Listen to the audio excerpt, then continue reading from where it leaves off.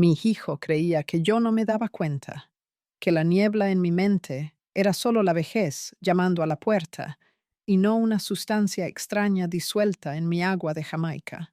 Pero yo, que pasé 40 años detectando fraudes en un balance general, notaba cada detalle.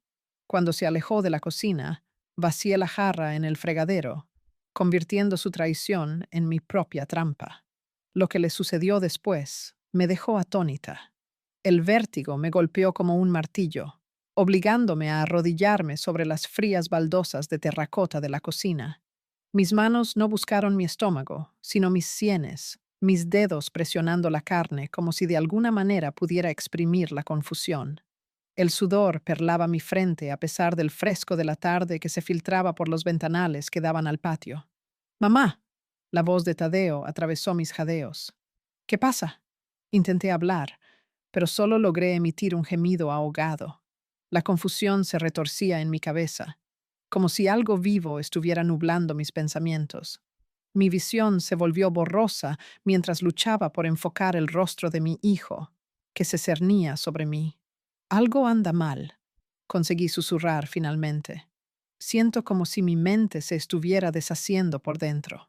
Tadeo se arrodilló a mi lado, sus manos revoloteando sobre mis hombros. «Te ves terrible, mamá. Tu rostro está pálido».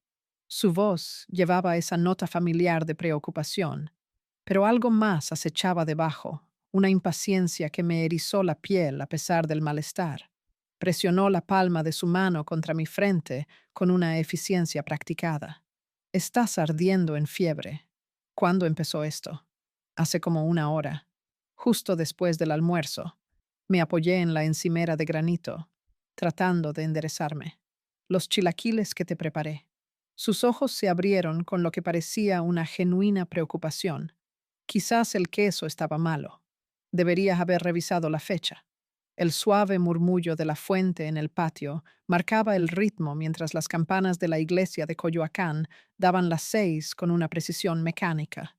Todo se sentía demasiado ruidoso, demasiado nítido contra el telón de fondo de mi sufrimiento.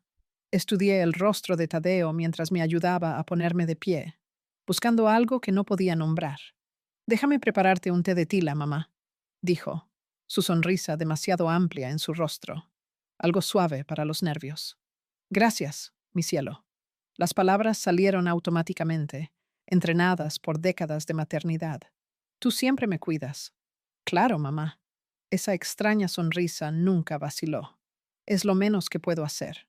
Sus ojos no coincidían con su expresión, demasiado brillantes, demasiado calculadores, la misma mirada que tenía de adolescente cuando se escapaba de casa e intentaba convencerme de que había estado en la biblioteca, pero estaba demasiado débil para analizarlo correctamente, demasiado agradecida por su ayuda para cuestionar la creciente inquietud en mi pecho.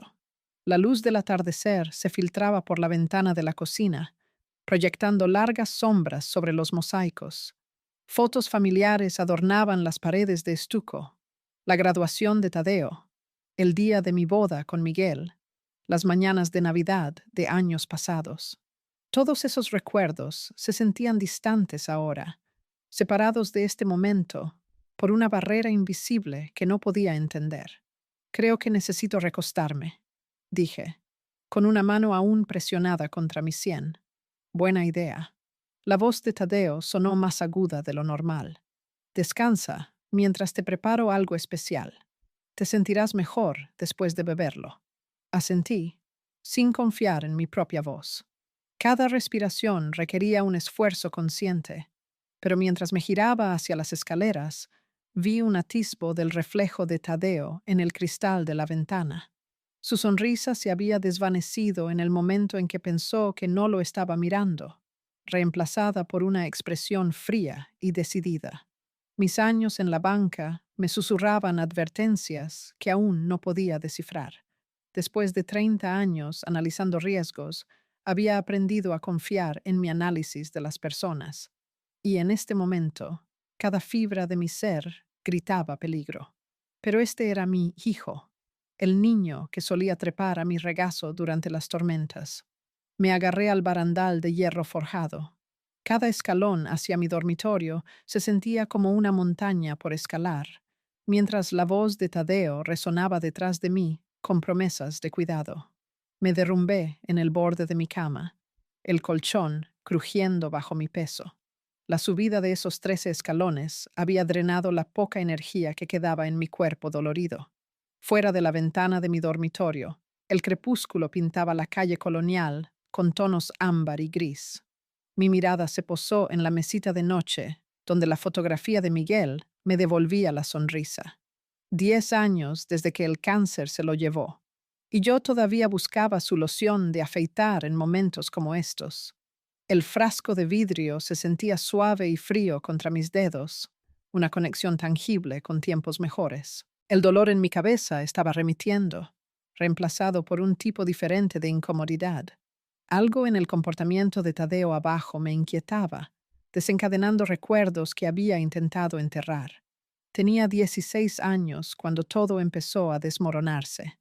Aún podía verlo de pie en esta misma habitación, con las lágrimas corriendo por su rostro, los puños apretados a los costados.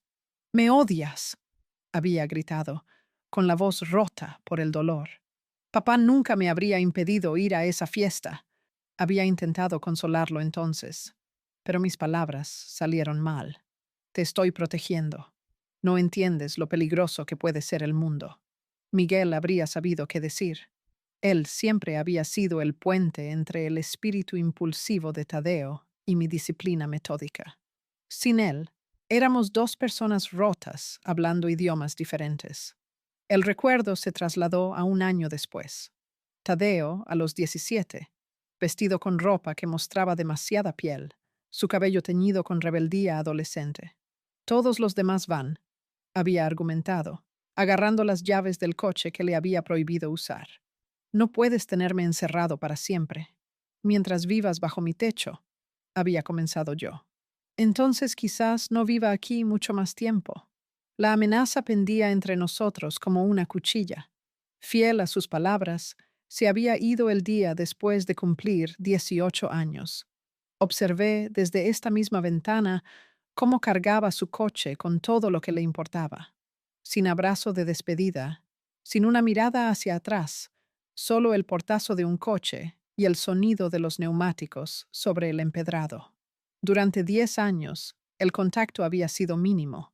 Tarjetas de cumpleaños sin dirección de remitente. Llamadas telefónicas ocasionales que duraban 3 minutos.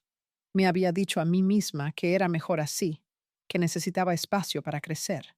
Luego, el mes pasado, había aparecido en mi puerta con 2 maletas y los ojos vacíos. Necesito un lugar donde quedarme, había dicho, evitando mi mirada.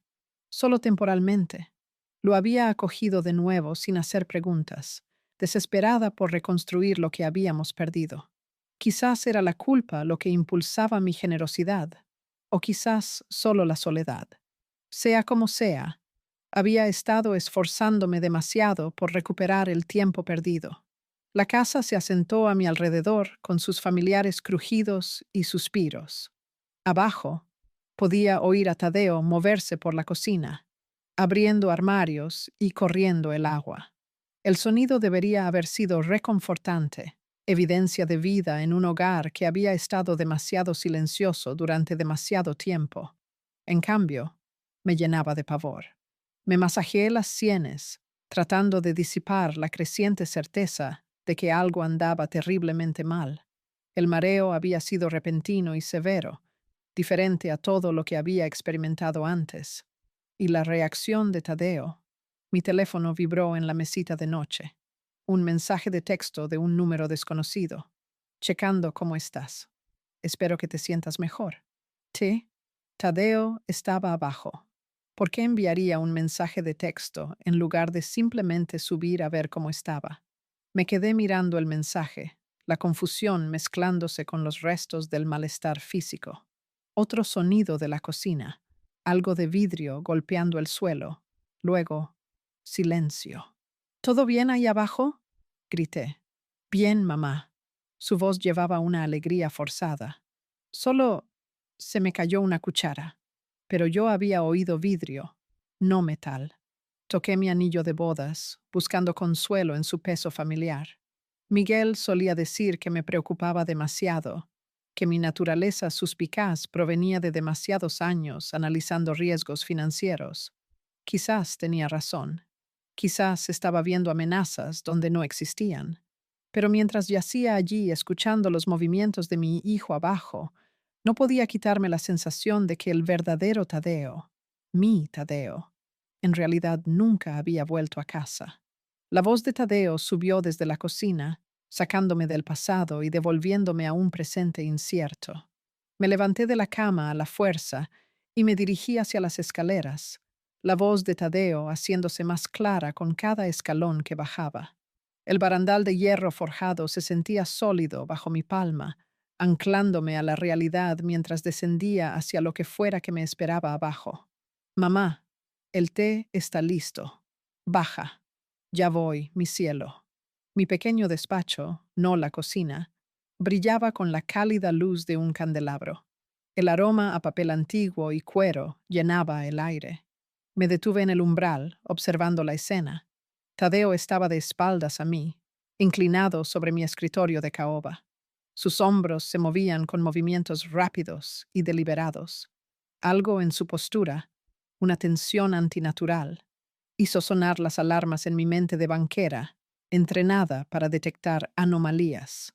Estaba cerrando mi libro de contabilidad con una concentración intensa, sus movimientos bruscos y urgentes. Lo observé mientras buscaba algo. Un pequeño frasco de vidrio, apenas más grande que mi pulgar. Con una eficiencia practicada, vació unas últimas gotas incoloras en la taza de té que estaba sobre mi escritorio, agitando rápidamente para disolver lo que había añadido. El movimiento fue rápido, profesional, como si lo hubiera ensayado. Se me cortó la respiración. El tiempo pareció ralentizarse mientras la comprensión me caía encima como agua helada.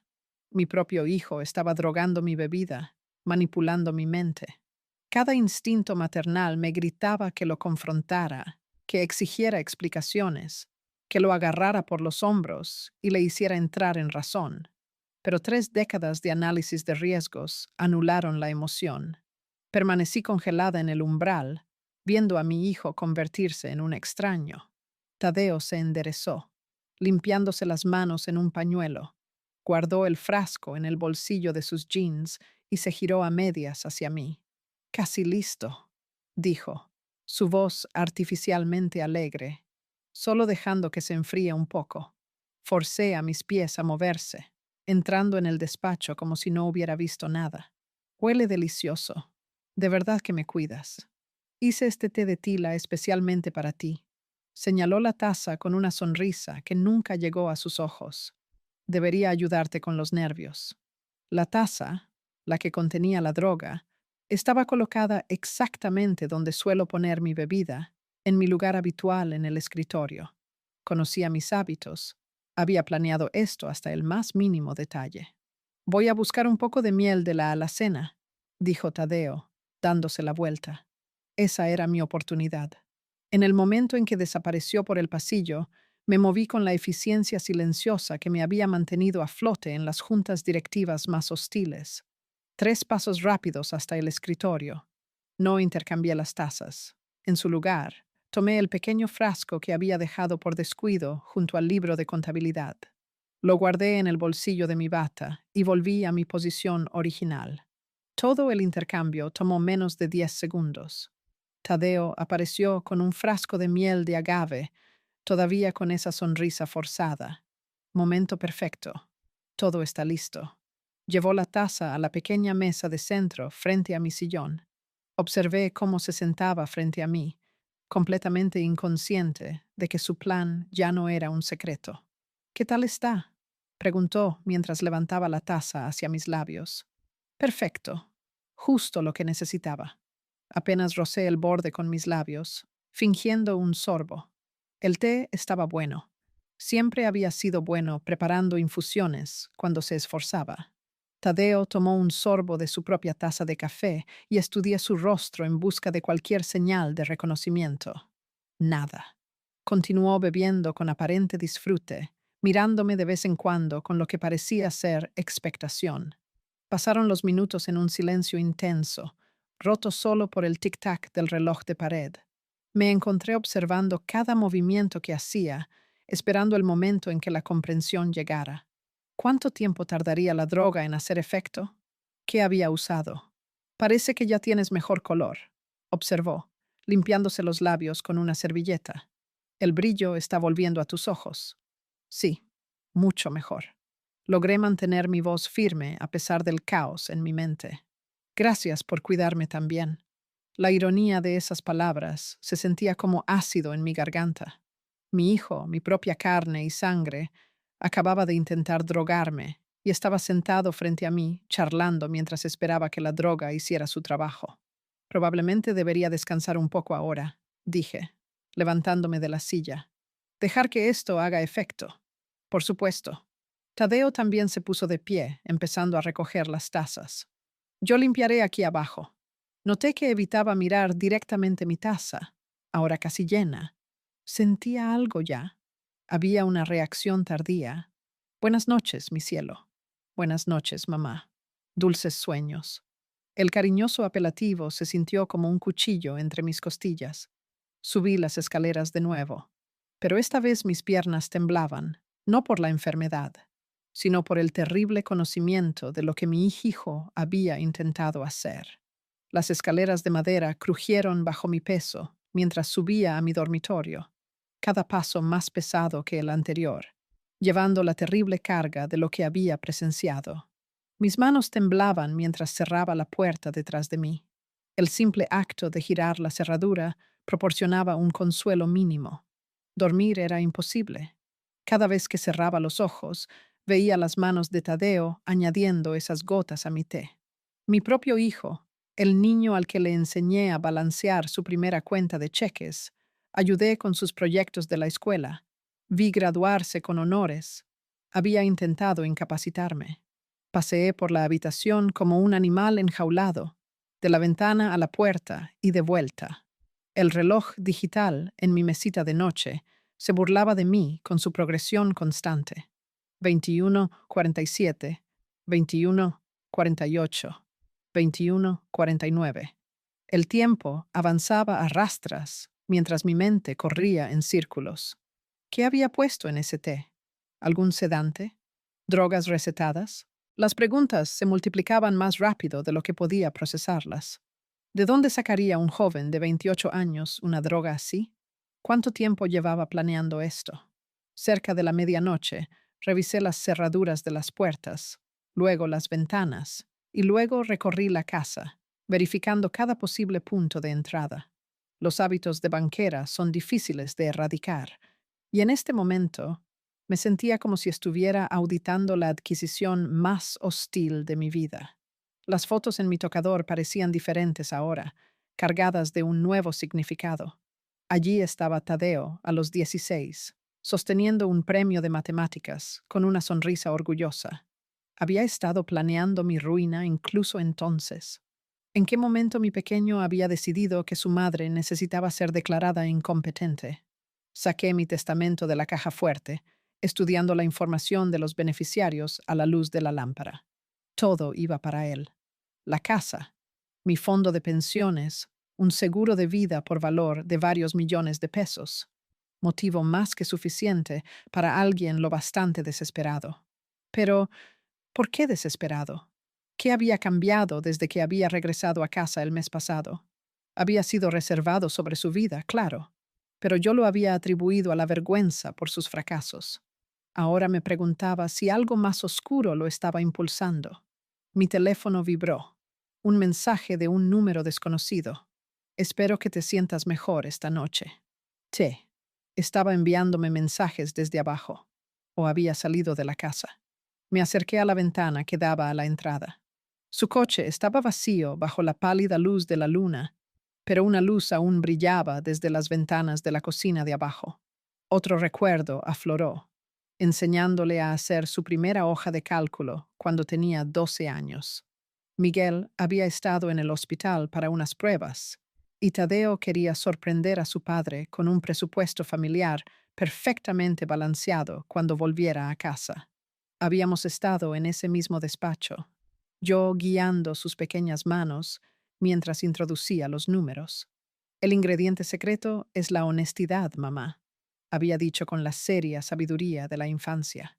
Esta noche, el ingrediente secreto había sido el engaño. A las 2 de la mañana, mi rabia se había cristalizado en algo más frío, más calculador. Esto no era solo una traición, era un intento de robo y de incapacitación. Mi mentalidad de banquera se activó. La misma mente analítica que me había mantenido a flote en las peores crisis económicas. Evaluar la amenaza, reunir inteligencia, planificar la respuesta. Mañana traería respuestas. Mañana lo confrontaría con lo que sabía y observaría su reacción. Si intentaba negarlo, tenía el frasco. Si intentaba huir, estaría preparada. El silencio de abajo había sido total durante más de una hora. O estaba dormido o fingía estarlo. Me encontré aguzando el oído, buscando cualquier sonido. Pasos, puertas abriéndose, el crujido de las tablas del suelo. Nada. Mis párpados pesaban, pero los forcé a abrirse. No dormiría esta noche. No mientras un ladrón y destructor en potencia viviera bajo mi techo. La primera luz pálida se coló a través de mis cortinas cuando oí movimiento en la cocina de abajo. Tadeo estaba despierto. Era la hora de las respuestas. Me vestí lentamente, cada movimiento calculado, y luego bajé las escaleras con el sombrío propósito de una mujer a punto de cambiarlo todo. La luz de la mañana que entraba a raudales por las ventanas se sentía dura e implacable, perfecta para lo que estaba por venir. Tadeo estaba encorvado sobre la mesa de la cocina, todavía con la ropa de ayer, su rostro pálido y demacrado. Unas ojeras oscurecían sus ojos y se aferraba a una taza de café con ambas manos. Cuando me miró, vi un genuino agotamiento y confusión en su rostro, pero no dolor físico. Me serví un café con manos firmes, estudiándolo por encima del borde de mi taza. Se veía ansioso, como un especulador que ha apostado todo a una mala inversión. Esto es interesante, dije, sentándome en la silla frente a él. Deslicé el pequeño frasco de vidrio que había encontrado sobre la mesa. Se detuvo a centímetros de su taza. ¿Qué es exactamente lo que dejaste caer en mi té anoche? El color desapareció de su ya pálido rostro. Yo no sé de qué hablas. Me recliné, manteniendo el contacto visual. Piensa con cuidado, Tadeo. ¿Qué pusiste en mi bebida? Mamá, me estás asustando. Intentó levantarse, pero inmediatamente se sentó de nuevo, con las manos temblando. Solo preparé té, té normal. Vi todo. Mi voz llevaba la fría autoridad que había usado con los ejecutivos en el banco. Cada movimiento, cada gesto, mientras intentabas drogarme y manipular mis documentos. Estás paranoica. Las palabras salieron agudas, desesperadas. Estás imaginando cosas. Yo nunca... Entonces no te importará que tenga el frasco que usaste para hacerlo. La declaración lo golpeó como un golpe físico. Su boca se abrió y cerró sin sonido, sus ojos desorbitados por el shock y un horror creciente. ¿Tú qué? Tartamudeó. Es imposible. Observé cómo añadías las gotas en mi despacho. Creías que yo estaba demasiado confundida para darme cuenta. Pero mientras fuiste a la cocina por la miel, hice un simple ajuste en mi plan. Las manos de Tadeo volaron a su garganta, luego a su cabeza. No, no, no, no. Esto no puede estar pasando. Intentaste destruir la mente de tu propia madre. Cada palabra cayó como una piedra entre nosotros. ¿Qué se siente probar tu propia medicina, Tadeo? Se puso de pie de un salto, tambaleándose peligrosamente. No lo entiendes. No intentaba hacerte daño. Entonces, ¿qué había en ese frasco? ¿Vitaminas? Las lágrimas corrían por su rostro ahora. Necesitaba el dinero, mamá. Estoy en problemas. Y pensé que tal vez Si te confundías lo suficiente como para necesitar ayuda, pensaste que podrías declararme incompetente más rápido. La rabia que había contenido toda la noche finalmente estalló. No podías esperar a que perdiera mis facultades de forma natural, así que decidiste acelerar las cosas. No se suponía que fuera permanente, sollozó. Solo lo suficiente para hacerte parecer débil, tal vez para que un juez viera que necesitabas a alguien que manejara tus asuntos. Se habría visto natural. La forma casual en que discutía la destrucción de mi autonomía me heló más de lo que lo habría hecho el odio absoluto. Esto no era un crimen pasional. Fue calculado, planeado, ensayado. Fuera. Mi voz era más baja ahora, pero infinitamente más peligrosa. Sal de mi casa. Mamá, por favor. ¡Fuera! Rugí, levantándome tan rápido que mi silla se volcó hacia atrás. Tienes 10 minutos para empacar lo que puedas llevar. Y después, no quiero volver a verte nunca más. Tadeo tropezó hacia la puerta. Luego se volvió con ojos desorbitados. No puedes echarme. Soy tu hijo. Mi hijo murió en el momento en que puso drogas en mi té. Saqué mi teléfono. 9 minutos. A menos que prefieras que llame a la policía en su lugar.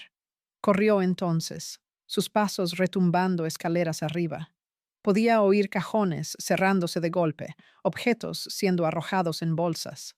Fiel a su palabra, regresó en 8 minutos, arrastrando 2 maletas detrás de él. En la puerta principal, se giró por última vez. «Pagarás por esto», siseó, toda pretensión de remordimiento desaparecida. Esto no ha terminado.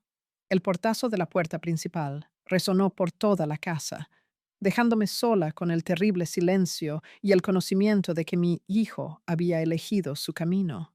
Ahora yo tenía que elegir el mío. Caminé directamente a mi despacho, mi santuario de orden y documentación, donde podía pensar con claridad y planificar lo que había que hacer.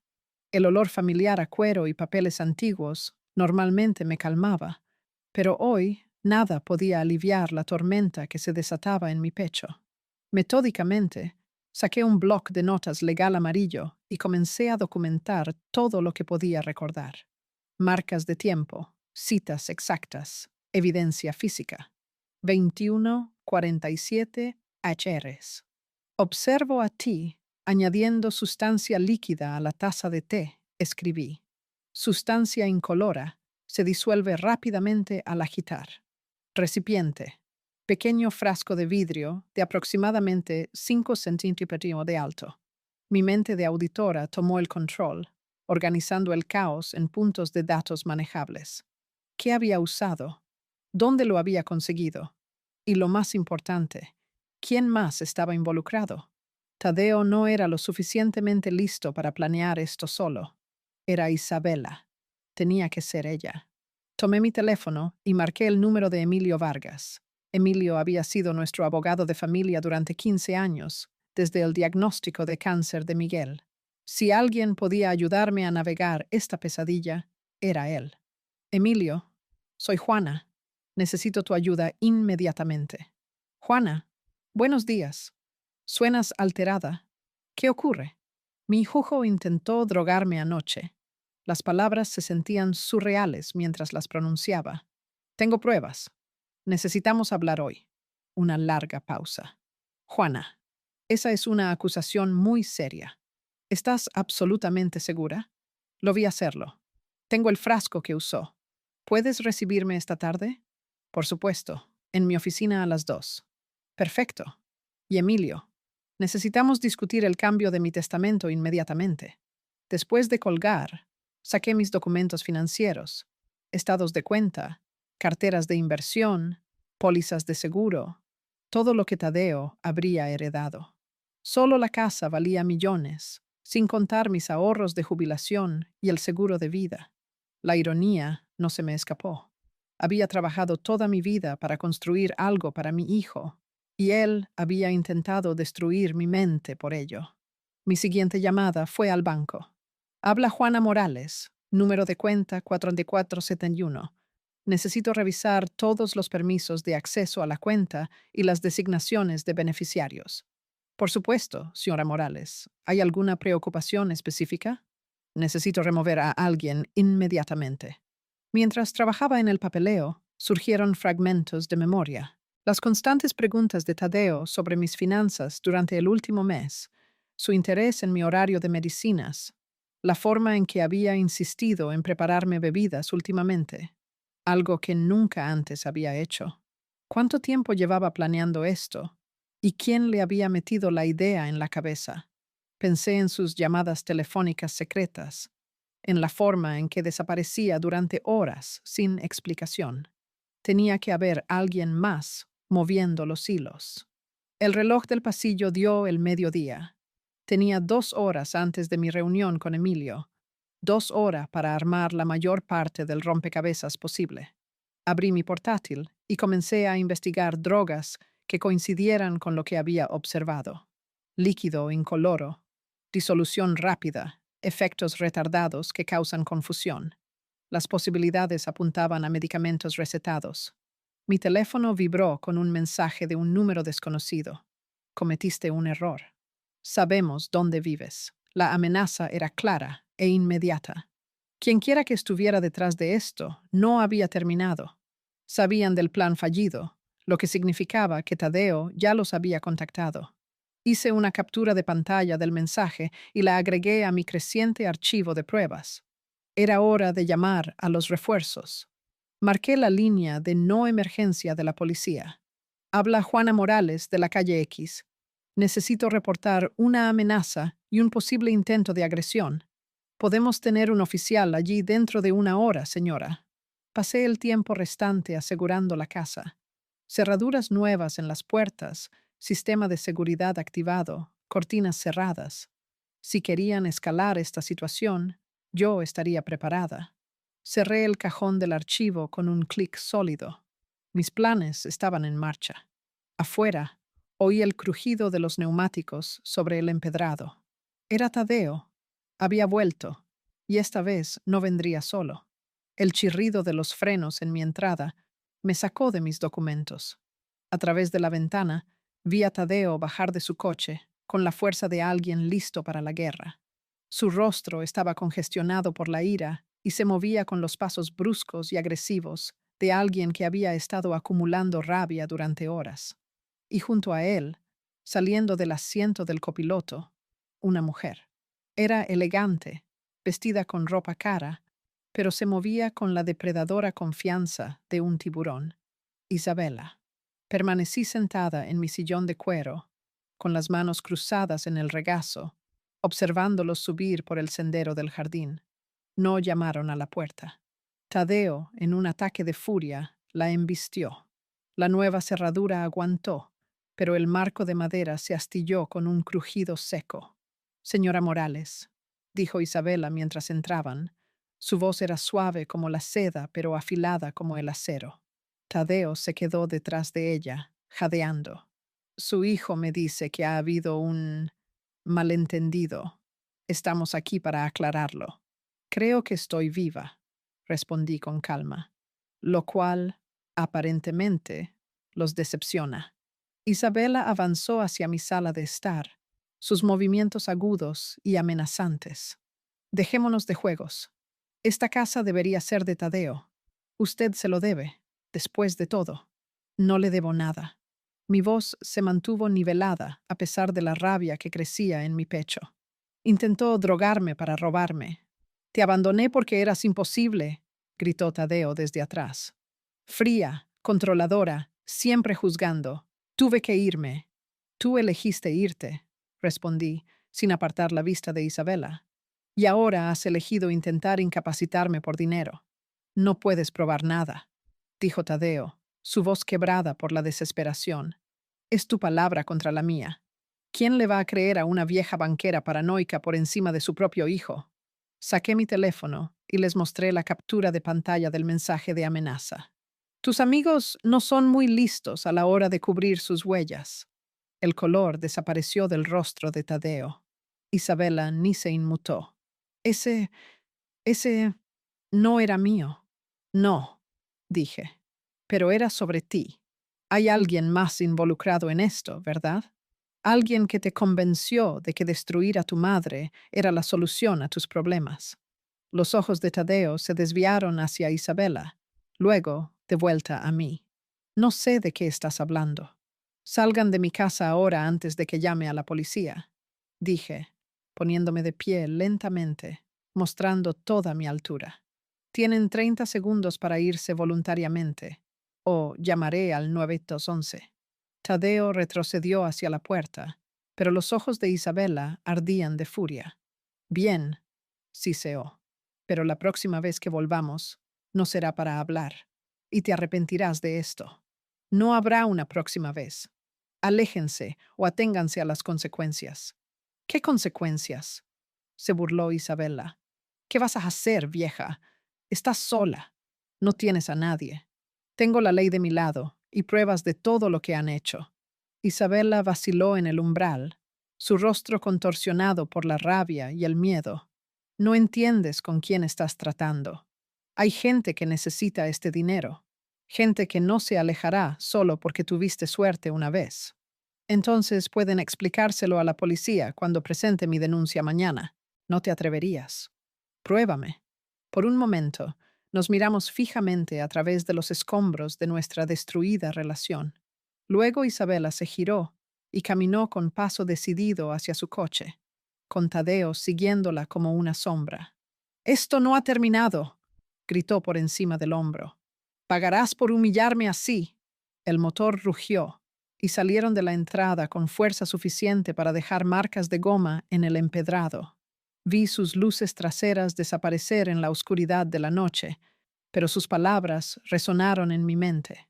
Cogí mi teléfono. Era hora de averiguar exactamente quién estaba ayudando a mi hijo a destruir a nuestra familia.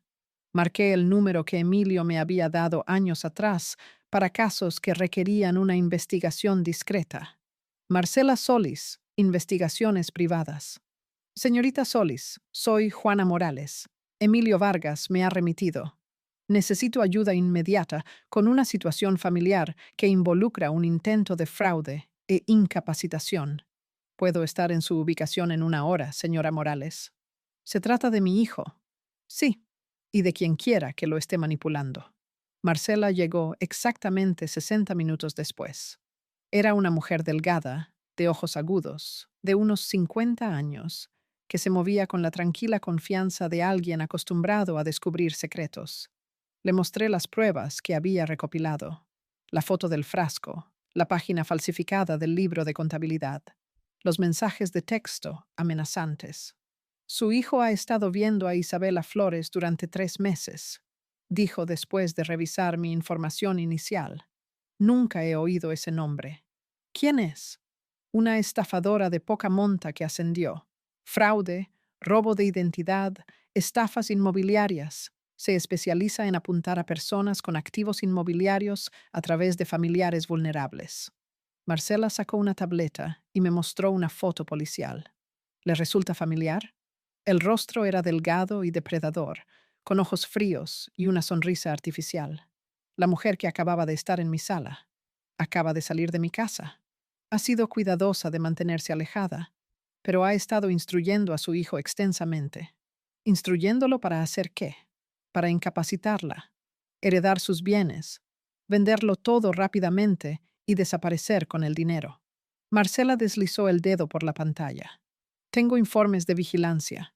Mi sangre se convirtió en hielo. ¿Informes de qué? De sus reuniones, discutiendo el plan de incapacitación, los sedantes específicos a usar, el momento para una máxima efectividad, los planes para conseguir un poder notarial fraudulento. La forma clínica en que entregó esta información debería haberme sorprendido, pero mi mente de banquera se activó. ¿Cómo consiguió los informes tan rápido?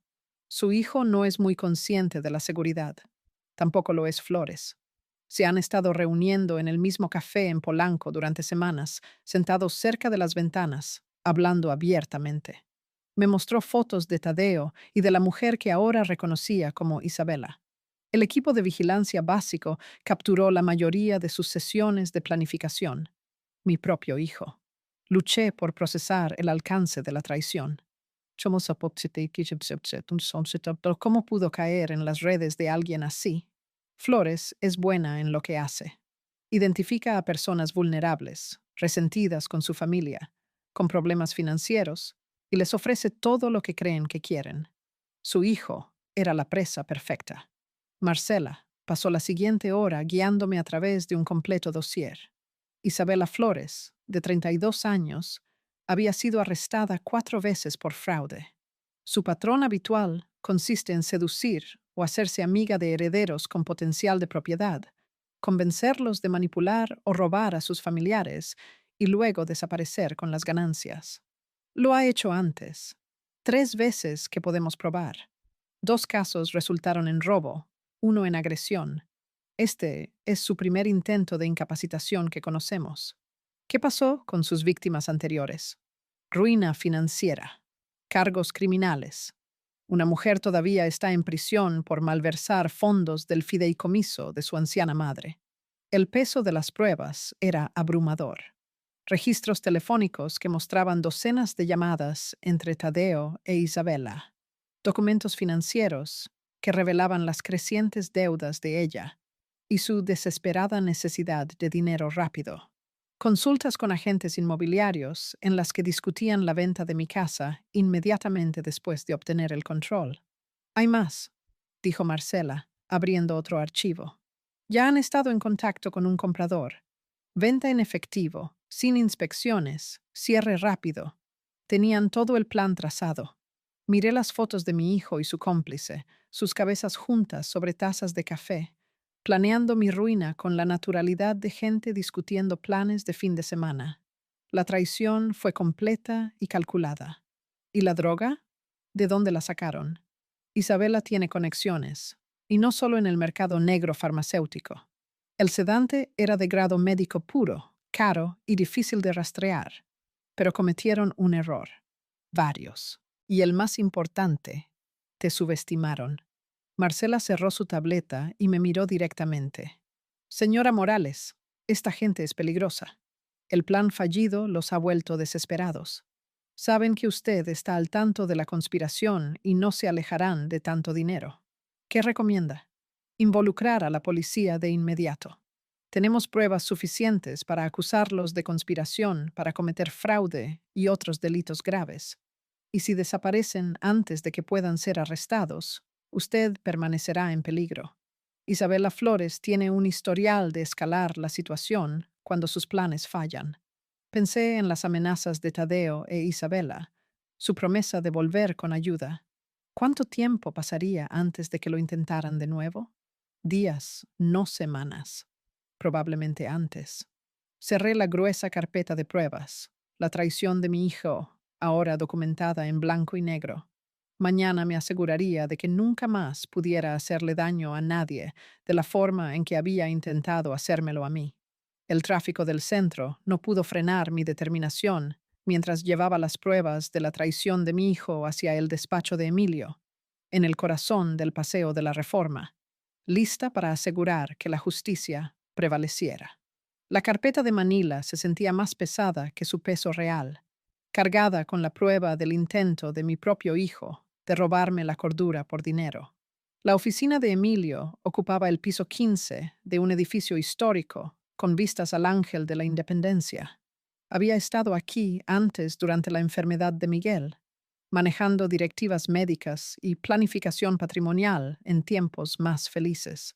Hoy, estaba aquí para borrar a mi hijo de mi vida, para siempre. Juana, te ves terrible, dijo Emilio, mientras su secretaria me hacía pasar a la sala de conferencias. ¿Cómo lo estás llevando? Mejor que ayer. Coloqué la carpeta de la investigación sobre su escritorio de caoba. Tenemos todo lo que necesitamos. Emilio abrió la carpeta y comenzó a leer. Su expresión se volvía más sombría con cada página. Juana, esta evidencia es condenatoria. ¿Estás segura de desheredarlo por completo? Él tomó su decisión cuando intentó drogarme. Los tribunales querrán ver pruebas claras de su intención de incapacitarte. No solo una motivación financiera. Tengo el informe de Marcela, el frasco, la página falsificada del libro de contabilidad. Señalé las transcripciones del informe. ¿Es suficiente? Emilio estudió los documentos cuidadosamente. Más que suficiente. Pero esto es permanente. Una vez que presentemos estos papeles, no hay vuelta atrás. Bien, quería mi dinero tanto que estaba dispuesto a destruir mi mente por él. Ahora no obtendrá nada. Sonny, ¿qué hay de la designación caritativa? Mencionaste una fundación para el arte popular. Todo irá para ellos. La casa, las inversiones, el seguro de vida, los beneficios de la pensión. Cada peso que gané irá a personas que honran nuestra cultura, no a alguien que intentó destruir a su propia madre.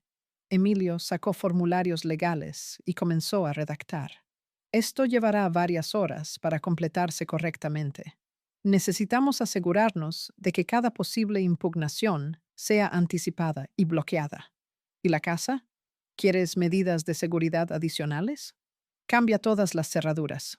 Elimina su acceso por completo. Instala cámaras de seguridad. Ya no es mi hijo.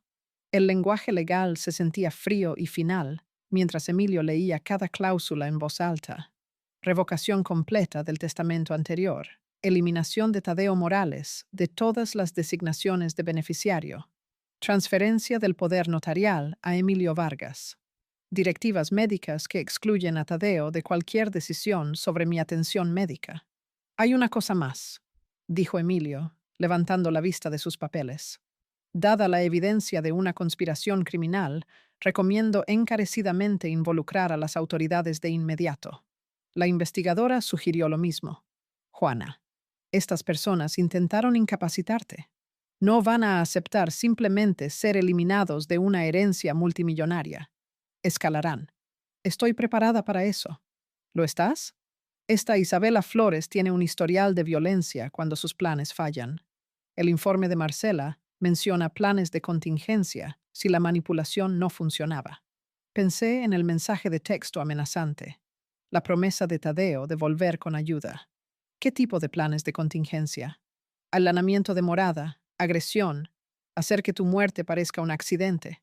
Ya ha escalado antes. Entonces asegurémonos de que la policía tenga todo lo que necesita para arrestarlos a ambos. Emilio cogió su teléfono. Estoy llamando al detective Ríos ahora.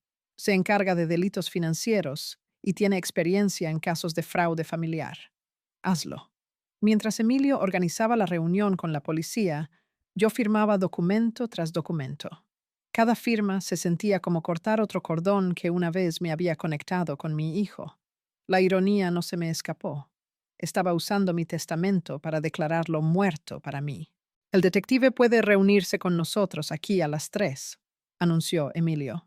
Eso nos da tiempo para terminar los cambios patrimoniales y preparar un paquete de pruebas completo. ¿Cuánto tiempo antes de que el Nuevo Testamento entre en vigor? Inmediatamente después de su presentación, lo cual haremos hoy. 2 horas después, la transformación legal estaba completa. Tadeo Morales ya no existía en mi universo legal. Cada activo, cada decisión, cada consideración futura había sido transferida lejos de él. El detective Ríos llegó puntualmente a las 3. Un hombre robusto, con ojos inteligentes, que escuchó nuestra presentación de pruebas sin interrupción. Cuando terminamos, cerró su cuaderno con un chasquido decisivo. Señora Morales, tenemos suficiente aquí para múltiples cargos de delito grave, conspiración para cometer fraude, administración fraudulenta y amenazas. Emitiré órdenes de arresto hoy mismo. ¿Qué tan rápido pueden encontrarlos? Comenzaremos con las direcciones y asociados conocidos. Dada la evidencia, espero arrestos dentro de 48 horas. Salí del despacho de Emilio, legalmente protegida, pero emocionalmente vacía, sabiendo que mis preparativos pronto serían puestos a prueba cuando Tadeo descubriera lo que había hecho. Los sensores de movimiento que había instalado hacía 3 días sonaron suavemente mientras 2 figuras se acercaban a mi puerta principal. Tadeo había cumplido su promesa. Esta vez no estaba solo. A través del monitor de seguridad que había colocado junto a mi sillón, los vi detenerse en la entrada, planeando claramente su enfoque. Isabela Flores se veía exactamente como en su foto policial, delgada, depredadora, con ojos fríos que recorrían mi propiedad como un ladrón evaluando las defensas.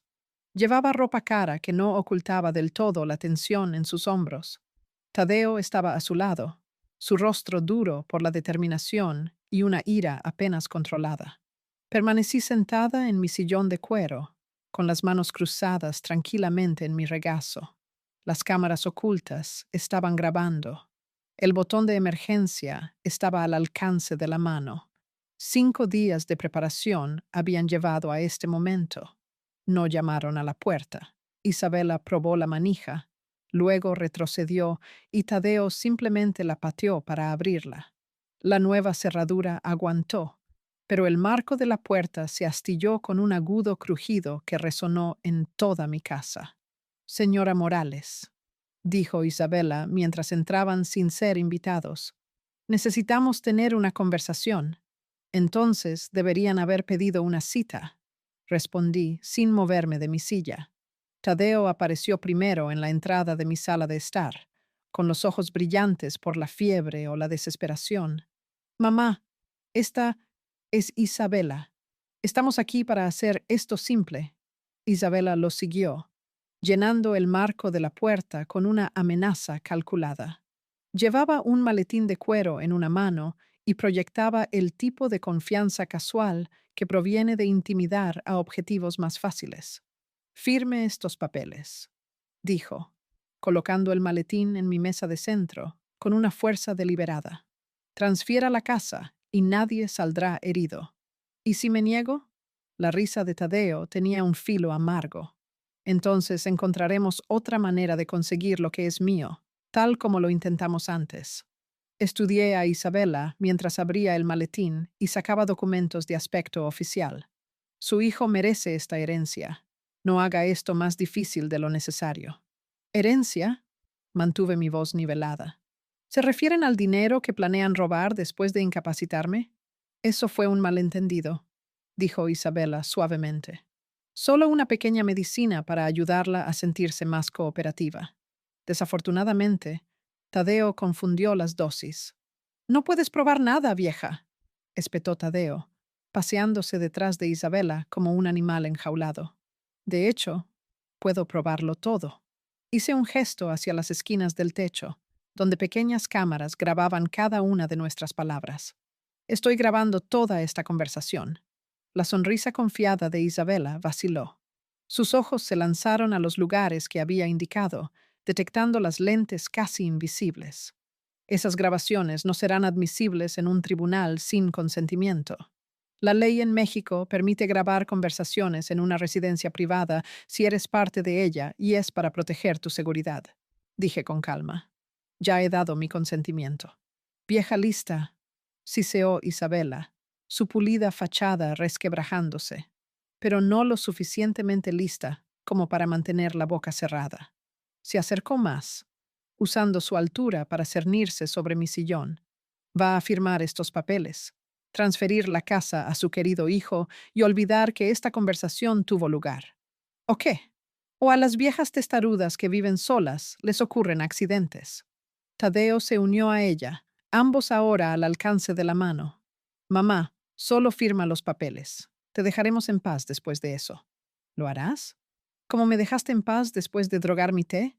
No era veneno, protestó él. Solo se suponía que te confundiera lo suficiente como para necesitar ayuda. Ayuda de un hijo que quería heredar más rápido. Isabela sacó una pluma de su chaqueta y la arrojó sobre los documentos. Suficiente charla. Firme ahora o encontraremos formas más creativas de hacerle cambiar de opinión. Miré los papeles falsificados, luego el rostro desesperado de mi hijo, y finalmente a la criminal que lo había corrompido con promesas de dinero fácil. Todo estaba siendo grabado. Cada amenaza estaba documentada. Cada declaración criminal estaba preservada para la fiscalía. Tengo una idea mejor, dije, buscando debajo de mi sillón. Mientras Isabela se acercaba con el puño levantado, presioné el pequeño botón escondido bajo mi silla. La ayuda ya estaba en camino. El ulular de las sirenas, cortó las amenazas de Isabela como una espada en el silencio. Su mueca de confianza se desvaneció mientras las luces rojas y azules comenzaban a pintar las paredes de mi sala a través de las cortinas. El rostro de Tadeo se puso blanco al reconocer el sonido de la justicia que se acercaba. «Llamaste a la policía». Isabela se giró hacia la ventana, su compostura cuidadosamente mantenida resquebrajándose por completo. «¿Cuándo?» «Hace 5 minutos», dije con calma. «Sistema de alarma silencioso. Muy fiable». Tadeo retrocedió hacia el pasillo, el pánico superando su bravuconería anterior. «Mamá, ¿cómo pudiste llamar a la policía para tu propio hijo? Dejaste de ser mi hijo cuando intentaste destruir mi mente». Afuera se oyeron portazos de coches. Pasos pesados se acercaron a la puerta principal rota. Isabela miró a su alrededor frenéticamente, calculando rutas de escape, pero yo había elegido la posición de mi silla con cuidado. La única salida era por la entrada principal, ahora bloqueada por los oficiales que respondían. «Policía de la Ciudad de México. Señora Morales, ¿se encuentra bien?» «Estoy bien, oficiales. Los intrusos están en la sala conmigo». El detective Ríos apareció primero, con el arma de servicio desenfundada pero baja, seguido de 2 oficiales uniformados. Sus ojos abarcaron la puerta rota, los papeles esparcidos y a los 2 criminales atrapados en el acto. «Señora Morales», reportó amenazas e intento de extorsión. «Detective, tengo grabaciones de video y audio de todo lo que acaba de suceder», señalé hacia las cámaras ocultas, incluida la admisión del intento previo de fraude. «Esto es acoso». Isabela dio un paso adelante agresivamente antes de detenerse cuando los 3 oficiales se centraron en ella. «No hemos hecho nada malo. Tenemos grabaciones de usted amenazando a esta mujer en su propia casa», dijo firmemente el detective Ríos. «Por favor, coloque las manos detrás de la espalda». «Mamá, por favor», suplicó Tadeo mientras el segundo oficial se movía hacia él. «Podemos arreglar esto. La familia no le hace esto a la familia. La familia no intenta destruir la mente del otro por dinero», respondí. «Detective, también tengo pruebas de un intento de fraude anterior y de una conspiración». Ríos asintió mientras su compañero comenzaba a esposar a Isabela. «Los hemos estado buscando a ambos desde ayer. Órdenes de arresto pendientes por conspiración para cometer fraude». Las piernas de Tadeo cedieron. Se agarró al marco de la puerta para sostenerse mientras la realidad de su situación se derrumbaba. «¿Órdenes de arresto? Pero nunca... Quiero decir, mamá, está bien». «Señor, el intento de fraude sigue siendo un delito grave incluso cuando falla». El tercer oficial les leyó sus derechos mientras Ríos examinaba los documentos falsificados que Isabela había traído. El maletín contenía no solo papeles de transferencia de propiedad, sino información financiera detallada sobre mis activos, evidencia de una extensa planificación. «Señora Morales, estas grabaciones serán pruebas cruciales», dijo Ríos, embolsando cuidadosamente los papeles. «¿Desde cuándo ha estado documentando sus actividades?» «Desde el primer intento de drogadicción hace 6 días. Tengo video del allanamiento de esta noche, audio de sus confesiones y las amenazas escritas que enviaron previamente». «Mamá, ¿nos grabaste?» La voz de Tadeo se quebró mientras el oficial guiaba sus manos detrás de su espalda. «¿A tu propio hijo?» «Grabé a criminales confesando sus delitos y planeando más violencia». Isabela intentó una última jugada manipuladora. «Oficial, esta anciana es claramente inestable. Está inventando historias sobre su propia familia». «Señora, tenemos pruebas independientes de una investigación privada», respondió fríamente Ríos. «Su historial criminal habla por sí mismo». Mientras eran conducidos hacia las patrullas, Tadeo se volvió una última vez. «Nunca te perdonaré por esto. Yo ya me he perdonado a mí misma por proteger a otros de ti», dije. Los oficiales los subieron en vehículos separados. Procedimiento estándar para evitar que coordinen sus historias. A través de mi ventana, observé a Isabela discutir airadamente con su oficial de arresto, mientras Tadeo se sentaba en un silencio atónito. El detective Ríos se quedó para asegurar la escena del crimen y tomar mi declaración formal.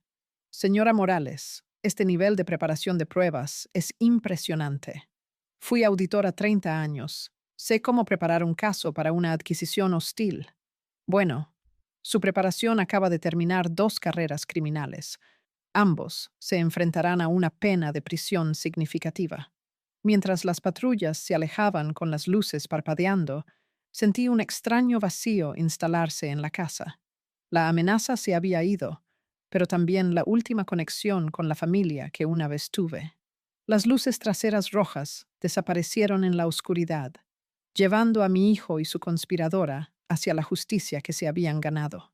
Me quedé en mi puerta, finalmente libre, para cerrar este capítulo, para siempre.